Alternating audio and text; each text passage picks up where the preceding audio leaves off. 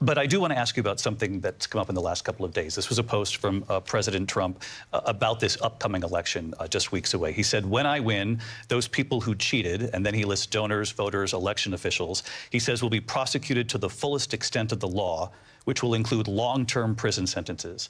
One of your campaign's top lawyers responded saying, we won't let Donald Trump intimidate us. We won't let him suppress the vote. Is that what you believe he's trying to do here? Donald Trump was fired by 81 million people. So let's be clear about that. And clearly he is having a very difficult time processing that. But we cannot afford to have a president of the United States who attempts, as he did in the past, to upend the will of the voters in a free and fair election.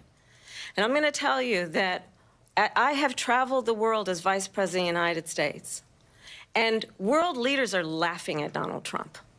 I have talked with military leaders, some of whom worked with you, and they say you're a disgrace. And when you then talk in this way in a presidential debate and deny what over and over again are court cases you have lost because you did, in fact, lose that election, it leads one to believe that perhaps we do not have in the candidate to my right the temperament or the ability to not be confused about fact. That's deeply troubling, and the American people deserve better. I'll give you 1 minute to respond, Mr. President. Let me just say about world leaders. Viktor Orban, one of the most respected men, they call him a strong man. He's a tough person, smart, Prime Minister of Hungary. They said, why is the whole world blowing up? 3 years ago it wasn't. Why is it blowing up? He said, because you need Trump back as president. They were afraid of him. China was afraid, and I don't like to use the word afraid, but I'm just quoting him. China was afraid of him.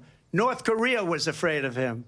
Look at what's going on with North Korea, by the way. He said Russia was afraid of him. I ended the Nord Stream 2 pipeline, and Biden put it back on day one, but he ended the XL pipeline.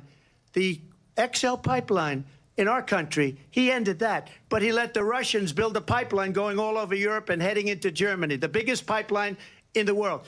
Look, Viktor Orban said it. He said the most respected, most feared person is Donald Trump. We had no problems when Trump was president, but when this weak, pathetic man that you saw at a debate just a few months ago, that if he weren't in that debate, he'd be running instead of her. She got no votes. He got 14 million votes. What you did, you talk about a threat to democracy.